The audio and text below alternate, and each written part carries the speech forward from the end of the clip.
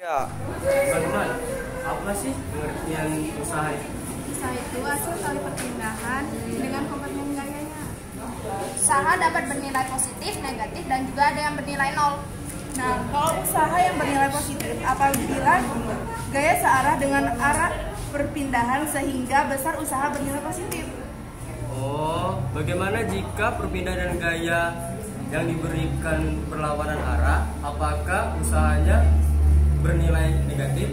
Ya, benar. Karena pada usaha itu terdapat banyak gaya, bukan hanya gaya dorong. Tetapi ada gaya dorong yang jika searah dengan perpindahan dan berlawanan dengan arah itu gaya gesek, dan ke atas itu gaya normal dan ke bawah itu gaya berat. Nah, berhubung gaya gesek itulah yang menimbulkan nilai itu negatif karena membentuk sudut 180 derajat. Dan ada juga usaha yang nilainya ke nol. Mengapa? Karena nilai yang dipakai itu nilai gaya normal. Karena gaya normal ke atas kan, dan perpindahannya misalnya ke sini, sehingga membentuk sudut 90 derajat. Nah, dari 90 derajat itulah cos 90 derajat sama dengan 0. Sehingga menimbulkan usaha sama dengan 0. Oh, jadi seperti itu. Sekarang aku mengerti tentang konsep usaha. Terima kasih teman-teman.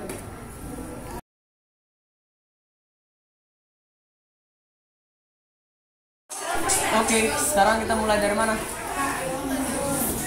Pertama-tama kita mengukur massa benda menggunakan neraca gas. Jadi di sini kita ketahui gaya dari bendanya sebesar 0,5 Newton. Untuk mencari massa bendanya kita bagi dengan gaya gravitasi sebesar 60 meter per sekon kuadrat. Dapatkan massanya 0,05 kg. Sekarang kita cari energi potensial awal benda. 2 cm jadi 0,02 meter. Kita ketahui rumus energi potensial M kali G kali H. 0,0 jadi 0,05 dikali 0,02 dikali 10 sama dengan 0,01. Coba kalau kita pindahkan benda ini ke tempat yang lebih tinggi. Jadi 4 cm. Nah, 4 cm ini kan 0,04 meter, sehingga 0,05 dikali 0,04 dikali 10 berarti hasilnya 0,02 joule. Jadi usaha yang dihasilkan ialah energi potensial 2 dikurang dengan energi potensial 1, yaitu 0,02 joule dikurang dengan 0,01 joule, yaitu 0,01 joule. Jadi kesimpulan yang dapat kita ambil adalah usaha merupakan perubahan energi potensial di mana energi potensial akhir dikurang energi potensial awal.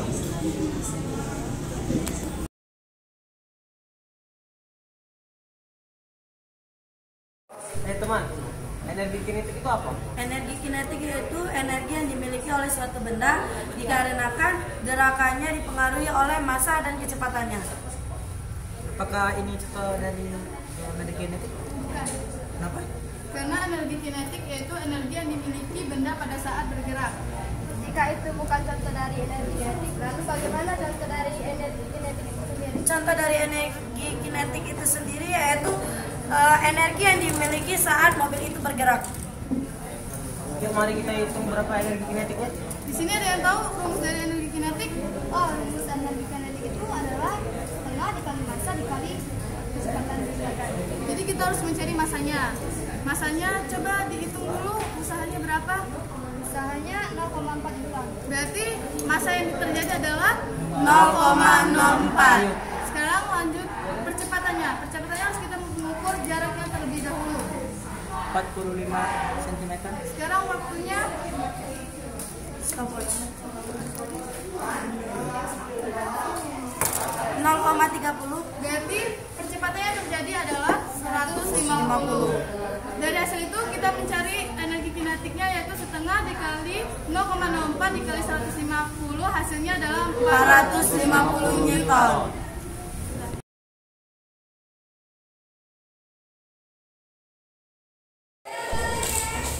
Berapa ya energi potensial mobil ini? Sebelum kita mengetahui cara menghitung energi potensial dari mobil itu, kita dapat mengetahui energi potensial adalah energi yang dimiliki oleh suatu benda yang diam dan memiliki massa dan memiliki ketinggian benda tersebut dari permukaan tanah. Kalau energi kinetiknya berapa ya? Nah, kalau energi kinetik adalah energi yang berhubungan dengan pergerakan suatu benda. Nah, energi kinetik itu dapat dihitung dengan cara mengalihkan setengah massa dengan kuadrat kecepatan dari mobil tersebut. Jadi energi potensial mobil ini 0,5 kali 10 kali 15 sama dengan 75 Joule. Dan energi kinetik mobil ini 1/2 dikali 0,5 dikali 2 kuadrat sama dengan 1 Joule. Ya, benar sekali.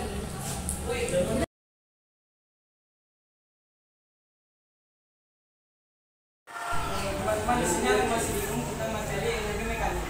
Nah, kan jadi tiga benda ini di sini, maka energi mekaniknya berapa? Jadi pertama-tama kita hitung dulu beratnya. Terlihat di sini beratnya 0,2 Newton, berarti massanya 0,02 kg. Kita tahu bahwa rumus energi mekanik itu energi kinetik ditambah energi potensial. Karena bendanya tidak bergerak atau diam, maka energi kinetiknya sama dengan 0. Jadi kita hitung hanya energi potensialnya. Semua yang diketahui kita masukkan ke dalam rumus, yaitu massa dikali gaya gravitasi dikali tinggi. Lalu kita akan mendapatkan hasil 0,05. Itu kan bendanya diam. Bagaimana kalau bendanya bergerak? Oh, kalau benda yang bergerak itu seperti ini kan? Nah, kalau di sini dia terdapat kecepatan. Kecepatannya itu belum kita ketahui. Kalau itu kita hitungnya dari jarak per waktu. Nah, dari waktunya tadi aku kira-kira itu 0,5 detik. Dan untuk jaraknya itu hasil Pythagoras dari bidang ini yaitu 0,4 meter. Jadi kecepatannya itu adalah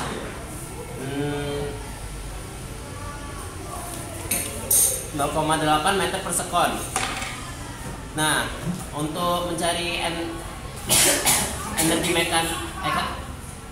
mekaniknya itu dengan cara menghitung seperti Lian tadi, energi kinetik ditambah energi potensial. Tetapi karena ini bergerak, jadi energi potensialnya itu sama dengan 0. Jadi energi kinetik itu setengah kali meter kali setengah kali massa kali kecepatan kuadrat, yang hasilnya akan menjadi 0,0664 Joule.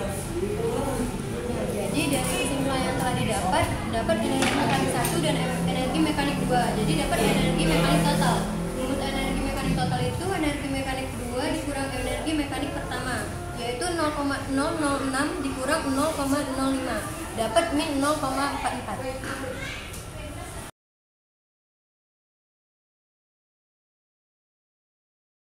Assalamualaikum warahmatullahi wabarakatuh. Pada kesempatan kali ini kami akan menjelaskan mengenai energi kinetik yang akan dijelaskan oleh Rusudia Kusumadewi dan Rizky Nabila. Baiklah, pertama yang kita lakukan mengukur massa jenis benda. Ketika kita mengukur energi kinetiknya, lihat massa bendanya itu 0,3 Newton.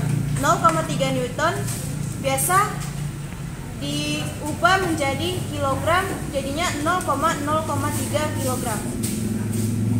Selanjutnya kita akan mengukur panjang lintasan yang akan dilalui.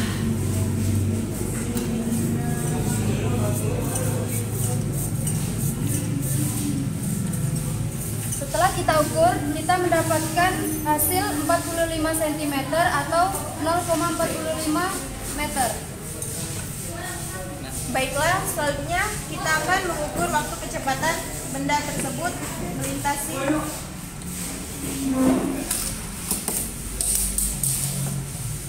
Setelah kita ukur, kita mendapatkan hasil 0,78 sekon. Nah, selanjutnya kita mencari kecepatannya. Rumus kecepatannya itu sama dengan V sama dengan S per T. Nah, S-nya itu 0,45. Sedangkan kalau T-nya itu 0,78 dibagi menghasilkan 0,58. Kita masukkan saja ke rumus energi kinetiknya. Rumus dari energi kinetik itu sendiri yaitu setengah M kali V kuadrat. M itu sebagai massa dan V itu sebagai kecepatan. Di mana massanya itu 0,03 sedangkan kecepatannya 0,58. Kita kuadratkan 0,58-nya menjadi 0,34. Nah, 0,34 itu kemudian dibagi menjadi 0,17. 0,17 itu dikalikan dengan 0,3 menghasilkan 5,1 kali 10 pangkat min 3. Setelah kita ketahui energi kinetik akhirnya, sekarang kita mencari usaha. Untuk energi kinetik awal itu sudah diketahui sama dengan 0 karena benda dalam posisi diam. Dan rumus usaha adalah W sama dengan energi kinetik akhir dikurang energi kinetik awal. Maka W sama dengan 5,1 kali 10 pangkat Mi 3 dikurang 0. Dan hasilnya adalah 5,1 kali 10 pangkat Mi 3 Joule. Jadi kesimpulannya adalah benda dikatakan bergerak jika ada gaya yang bergerak pada benda itu, sehingga benda mengalami perpindahan dan melakukan usaha. Misalnya usaha yang dilakukan pada benda itu merupakan energi kinetik pada benda itu.